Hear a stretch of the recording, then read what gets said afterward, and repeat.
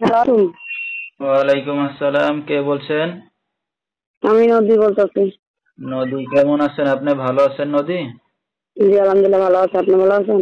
মাশাআল্লাহ, অনেক ভালো আছি। নদী, কোথা থেকে বলতেছেন? আপনার দেশের বাড়ি কোথায়? আমার দেশের বাড়ি বিক্রমপুর, আমি বর্তমান ঢাকা আছি। আচ্ছা, নদীর ফ্যামিলিতে কে কে আছে? বাবা মা ভাই বোন আছে কেউ?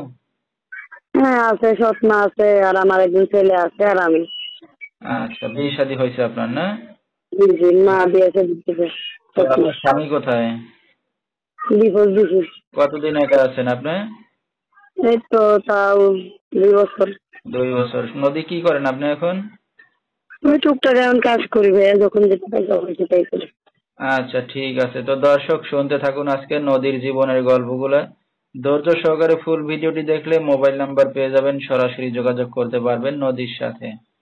তো নদী, এখন কি আপনি বাবা মার সাথেই আছেন না আলাদা থাকেন?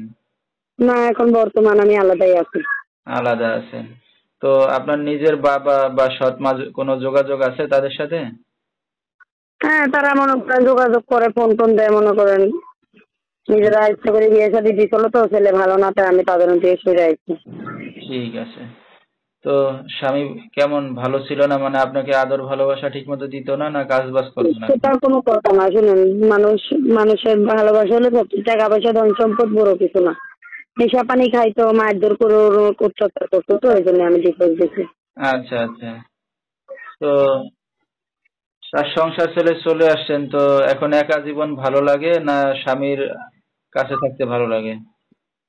এখন তো একটা ভালো মনের মানুষ যে সুখ দুঃখের সাথে আমার ছেলে ব্যাগ করে দিবে, আমার তার পৃথিবীতে ধরতে গেলে কেউই না। মা থাকতো মা নাই, বাপ থাকতো বাপ নেই, আমার ছেলেটা আছে, ছেলে দেখতো, নিজে পাশে থাকুন সেরকম একটা মানুষকে, সত্যিকারের পাশে থাকার মানুষ, বুঝছেন? আচ্ছা আচ্ছা। তো এখন আপনার কি এই সন্তানকে নিয়ে এখন কাজ বাজ করে একা একা থাকতেছেন, একাই খাচ্ছেন নাকি ঘর ভাড়া নিয়ে? জি জি, এটাই হচ্ছে, এটাই হচ্ছে। আচ্ছা, 2 বছর ধরে এখন একা আছেন। তো জি দেশের বাড়িতে মানে যাওয়া আসা আছে আপনার? জি, দেশের বাড়ি আমার জায়গা আছে না, আমার মা আমার নামে জায়গা লিখছিল, সেই আচ্ছা জায়গা আছে। আমি দেশের বাড়ি যখন ইচ্ছা করে তখনই যাই। আচ্ছা আচ্ছা। তো ওইখানে গিয়ে আর কি আপনার মানে নিজের কোনো বাড়ি ঘর আছে দেশেতে? জি আছে, আমার নামে জায়গা আছে, ছোটখাটো বাড়ি আছে। হচ্ছে গ্রামে যাই, মাঝে মাঝে যাই না, কাজ বাজ করি।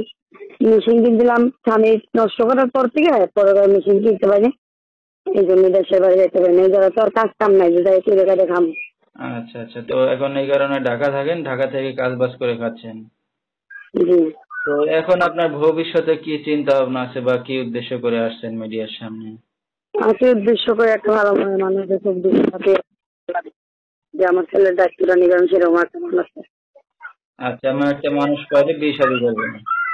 জি, ঠিক আছে। তো দর্শক ভাইরা আপনার সাথে কিভাবে যোগাযোগ করবে? ফোনের মাধ্যমে। নাম্বারটা বলতে পারবেন আপনি?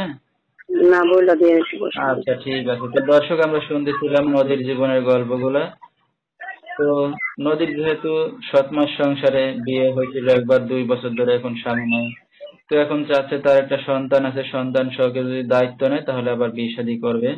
তো আমি নাম্বারটা বলে একটু যোগাযোগের: 01338354838। এই নাম্বারটা হলো নদীর। তো নদী, আমরা অনুষ্ঠানের শেষ পর্যায়ে কিছু বলার আছে আপনারা? না না, আর কিছু বলার নেই। আচ্ছা, তো দর্শক বিস্তারিত জানতে সরাসরি ফোন করবেন। আজকের মতো এখানেই শেষ করছি। আসসালামু আলাইকুম।